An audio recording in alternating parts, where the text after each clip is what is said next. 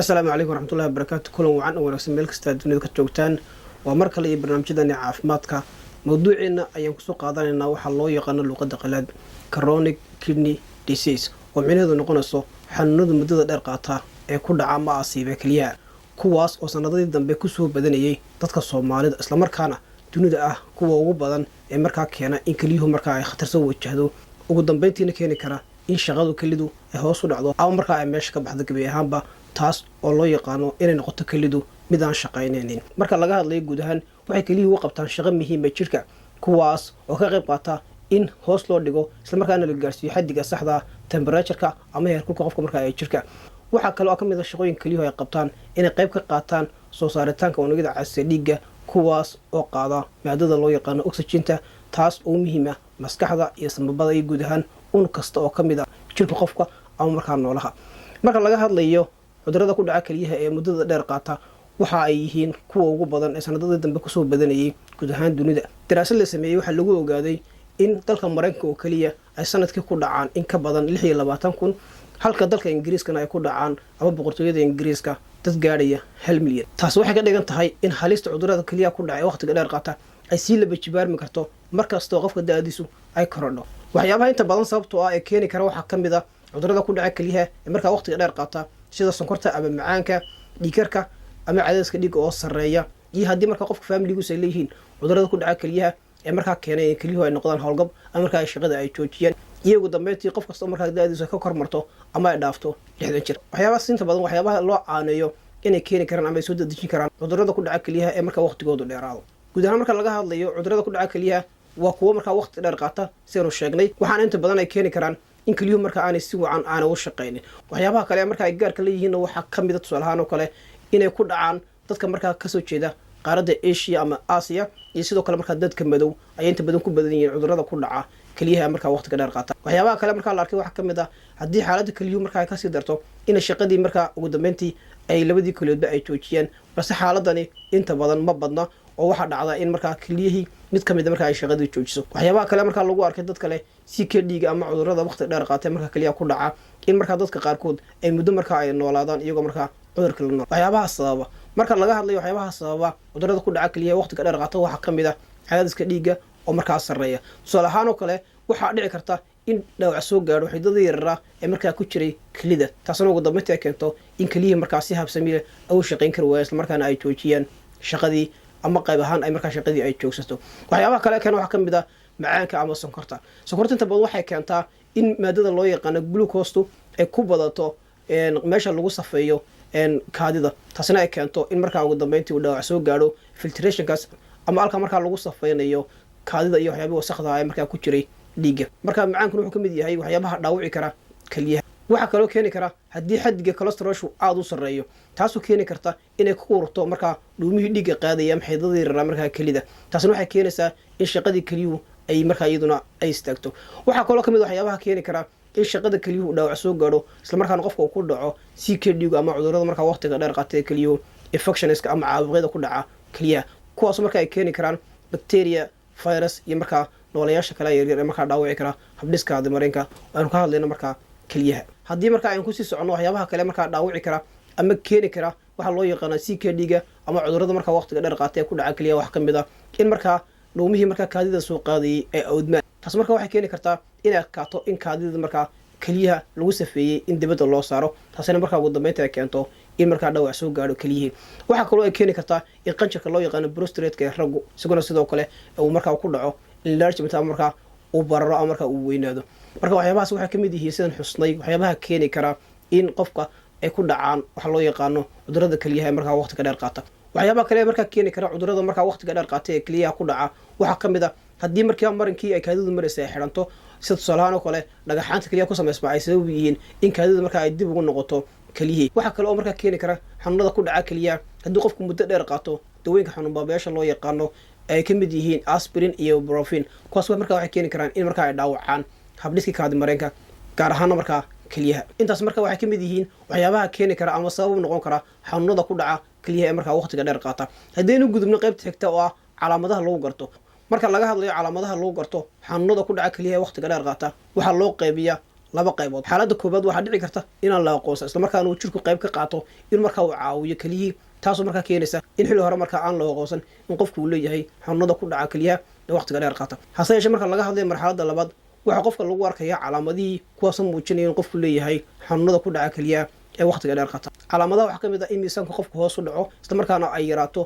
cunno qaadashada qofku, taasoo markaa keenaysa in miisaanka qofku markaa hoos u dhaco. waxaa kaloo ka mid ah in barar lagu arko qaybta hooseda lugta sida canqowga oo kale ama kuraanta lugta. waxaa kaloo ka mid ah in faraha dushooda lagu arko barar iyo sidoo kale gacmihii, waxaana sababa bararka lagu arkayo gacmaha iyo lugaha qofka biyaha markaa jirka dib ugu noqonaya halkii markaa ay ahayd in jirka markaa dibadda looga saaro. waxaana sabab u ah markaa biyihii jirka laga saari lahaa oo markaa jirka dib ugu noqda. taasina waxaa ka mid tahay in markaa qashinkii waxyaabihii keliyada lagu saareeyey sida kaadidoo kale markaa jirka ay dib ugu noqdaan. calaamadaha kale markaa qofka lagu arka waxaa ka mid ah naqaska ama markaa neefta oo qofka qabata iyo sidoo kale daal fara badan, maadaama markaa kelidu ay qayb ka qaadato soo saaritaanka unugyada caadisa dhiigga oo qaada markaa oksijinta. taas markaa waxay keenaysaa inay hoos u dhaco isla markaana qofka lagu arko daal fara badan iyo sidoo kale neeftii oo markaa qofka qabata si aynu xusnay ama markaa aynu sheegnay. calaamadaha kale markaa lagu arko qofka waxaa ka mid ah in dhiig soo raaca markaa qofka kaadidiisa, sidoo kale waxaa lagu arkaa qofka in markaa hurdada ay ku yaraato. waxaa kaloo ka mid ah calaamadaha qofka lagu arko in markaa ay kaadidu ku badato, gaar ahaana xilliga habeenkii la joogo markaa inuu sameeyo kaadi markaa aada u fara badan.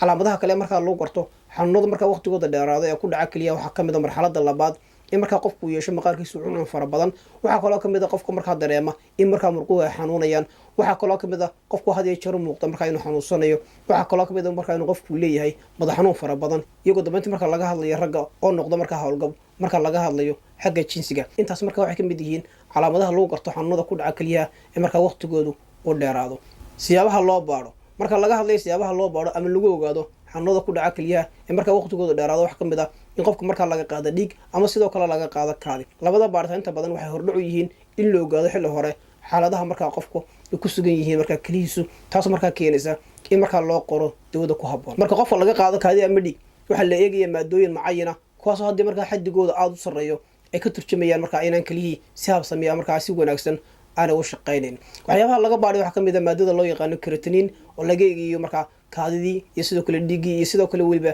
borotiinka loo yaqaano albumin, kuwaasoo markaa ka dhigan haddii markaa ay aada ugu badan yihiin in markaa dhaawac soo gaadhay ama markaa shaqadii keliyuhu ay aada u hooseyso. waxaa kaloo ka mid a siyaabaha loo baadho in qofka lagu eego ultrason, MRI iyo CT scan. inta badan qalabka waxaa loo adeegsadaa in la eego qaabka markaa keliyada u samaysan tahay iyo inay jiraan markaa meelo ay ka xidhantahay keliyadu kuwaasoo keeni karaan sida dhagxaanta ku samaysma keliyaha oo kale. ugu dambeynta waxaa ka mid a siyaabaha loo baadha in markaa qofka laga soo jaro keliyadii sicaad ama markaa tissue nudahaasoo laga eegayo dhibaatada soo gaadhay ama markaa dhaawaca keliyada soo gaadhay inta uu leegayay. intaas markaa waxay ka mid tahay siyaabaha loo baari karo ama lagu ogaan karo xanuunada ku dhaca keliyaha ee markaa waqtiga dheer qaata. siyaabaha loo daweeyo marka laga hadlayo xanuunada ku dhaca keliyaha ee waqtiga dheer qaata inta badan ma laha dawooyin gaar oo markaa lagula tacaalo. hase yeeshee qofka waxaa loo qoraa dawooyin hoos u dhagaya isla markaana ka hortagaya in xaaladda keliyuhu aanay kasii daran. hase yeeshee marka laga hadlayo siyaabaha loo daweeyo waxaa ugu muhiimsan in qofku markaa uu bedelo habnololeedkiisa ama waxaa loo yaqaano lifestyleka, taasoo markaa ka dhigaysa in qofku markaa xaaladiisa caafimaad ay noqoto mid joogtaa,